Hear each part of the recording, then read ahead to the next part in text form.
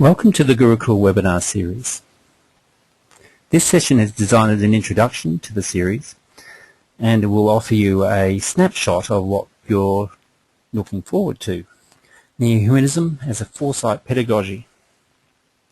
To begin, however, the Gurukula Webinar series is a virtual gathering of people interested in ideas for personal and social change and the actions these inspire. The inspiration for the Gurukula project is the life and work of Prabhat Ranjan Sarkar. In the following months, we will offer the Gurukula story with Dada Shambhushivananda, Educating for Balance in an Accelerating World with Didi Anandadeva Priya, The Evolution of Consciousness with myself, Dr. Marcus Bussey, The Era of Nearhumanism with Dr. Sid Jordan, Reflections about the Nature of Microvita with Henk de Veer, The Book Story with Didi Anandarama, and finally, in June, Education for Transformation with Eric Jacobson. Now, these webinars are not designed to offer definitive statements on any subject. They are interactive and exploratory in nature. Each webinar will begin with a statement from the presenter on their topic. This should take about 15 to 20 minutes. Once the presentation has been completed, the audience will be invited to engage the presenter. The webinar will have an MC who will lead this process. Each webinar will last for approximately 45 to 50 minutes. The webinar will be available for download and watching after the session from the Gurukula website. Let me give you an example. Nearhumanism as Foresight pedagogy. Presented by me, Dr. Marcus Bussey. I'm a lecturer and researcher at the University of the Sunshine Coast, Queensland, Australia. I work there as part of the Sustainability Research Centre. My key research interests are intercultural social foresight and cultural evolution. Today I'm going to talk to you about the link between neohumanism and Foresight pedagogy. First of all, let's look at why do we need foresight? Well, things are accelerating, so we need to learn new ways for communicating, thinking and understanding our environments. I think the cartoonist Ashley Brilliant sums this up perfectly in this image. What value will the ruins of our civilization have, he asks, if there's nobody to dig them up? We are certainly at a tipping point in our civilization's history, and we do need new skills, new ways of approaching life, living in the world. I would argue that neohumanism offers us such a skill. Now the premises on which I base my thinking are as follows. Strategic foresight and futures thinking are forms of social pedagogy. Pedagogy, the act of learning, is integrative. Integrative because it pulls things together. It draws meaning from the knowledge systems we inhabit, from the values and the stories, the cultural memory that create our situation. So it integrates these things, it pulls them together in a cohesive whole. So it's integrative in disposition and it's expansive in nature. Expansive because good pedagogy is open-ended. It never defines and constrains us and holds us to a single interpretation of the world. It always suggests that there are alternatives. This is its expansive nature. It posits, therefore, multiple centres and an endless horizon. The multiple comes from the fact that pedagogy never involves an individual, a singular. It's always a cultural process. It takes place within learning contexts, schools, offices, homes, communities, wherever that might be. So the multiple centres are you and I as we listen and we interact with one another. It's also you and I as we interact with the physical world around us, and it's open-ended. The endless horizon reminds us that good pedagogy never holds us down to a specific, defined, singular interpretation of the world. It's relational, therefore. Integration suggests relation. Why? Because when we draw things together, when we bring out meaning in good learning, it's always by joining the dots, as we say in English. We connect things together. Mathematics on its own is not a system just based on numbers and counting and multiplication, subtraction, division. It's a subtle science. It's a cultural process. Indian mathematics, Greek mathematics, Egyptian mathematics, Chinese mathematics, our modern Western form of mathematics are all cultural expressions. They all have their own history and their own values and premises. This is what I mean by relational. The relational nature of our learning also suggests that there's a meta-human context going on here. There is a spiritual context that draws us out. It takes us beyond relationships between human and human. It suggests that we are related to the cosmos. Okay, so the beginning and the end point of this kind of learning is this meta-human context, that our human consciousnesses are embedded in larger, broader, more universal forms of being. And that impacts on how we understand and experience pedagogy. The inspiration for my approach to strategic foresight is Nearhumanism. Nearhumanism lets us out of the cage of humanism, out of species allegiance. Sarko used to call this geo and socio sentiments, where we define ourselves by certain communities that we consciously inhabit and identify with. If through our meditation, through our deep relational work, we come to understand that we are actually part of the entire cosmos, and that the cosmos itself is in relationship with us, immediately the chains of habit are broken, and we start to rethink everything about the way we are in this world.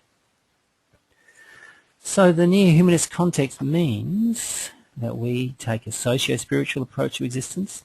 We exist as social beings, so we find ourselves socially. There is a spiritual inner process that accompanies this finding ourselves in the world. We displace that single that I was talking about with the multiple, that we reject the closed cultures of the past and very much of the present and embrace open culture. It might be easy to suggest that because we live in a globalized, purportedly multicultural world, that we have left closed cultures behind, but no, there are many closed cultures that exist and hold us in. And a very obvious one for me working in a university is the closed cultures of the disciplines. A historian or an economist, can they talk to one another? Can a physicist talk to an anthropologist or a sociologist? These silos of culture. But more broadly, we could say that really even our industrial Western culture is closed.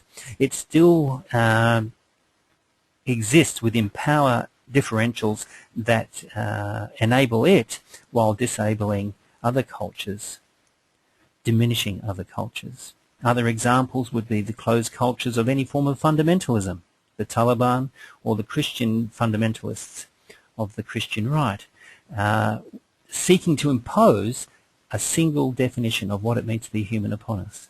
So however we do this near-humanist work, it must open up our cultural lenses. It must challenge us to always accept that we exist in many, many layers of culture, and that to choose one and prioritize it over others is actually doing ourselves, but also the universe, ultimately doing consciousness harm. So this means that we need to rethink what it means to be human. That's why neo-human, the new human, is the context for my presentation today. When we start thinking about our humanity, well, it means that we have to come up with positive visions of being human. It's easy enough to say that human beings are competitive, we're violent, that we're animals, but this is not enough, not for a neo-humanist. The neo-humanist vision suggests that we have to look at human potential, which allows for both critique, which I must remind you is not criticism. Critique is, I think, two things probably. The first is an assessment of the quality of our relationships It measures, I guess, equity, balance between different relational nets. Beyond that, it's also a challenge to power regimes that seek to define us. As Foucault said, critique ultimately is about being governed just a little less. It doesn't mean that we don't apply self-discipline to our spiritual personal lives. It doesn't mean we throw that out, but it does mean that we challenge the social contexts around us which define us, that govern us, that we receive from our cultures, from our histories, and also from our life experiences. Okay, so we critique the present that gives us our identity. And we work towards optimal futures, futures in which we can always become a little bit more than what we are today. For me, Sarkar's Nearhumanism supplies this vision, this positive vision, but we can also find it in the work of Jeremy Rifkin. He wrote a book entitled The Empathic Civilization, fantastic book in which he posits the Homo empathicus, not the Homo sapiens of Western industrial thinking, Homo empathicus, where we find ourselves through empathy with the other.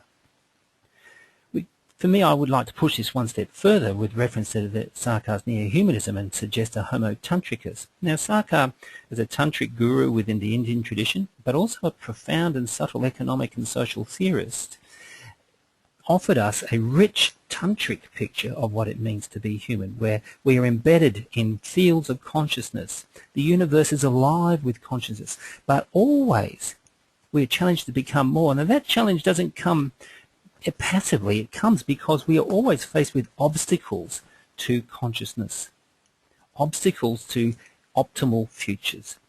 These obstacles are actually very important because Tantra is premised on the struggle to overcome obstacles.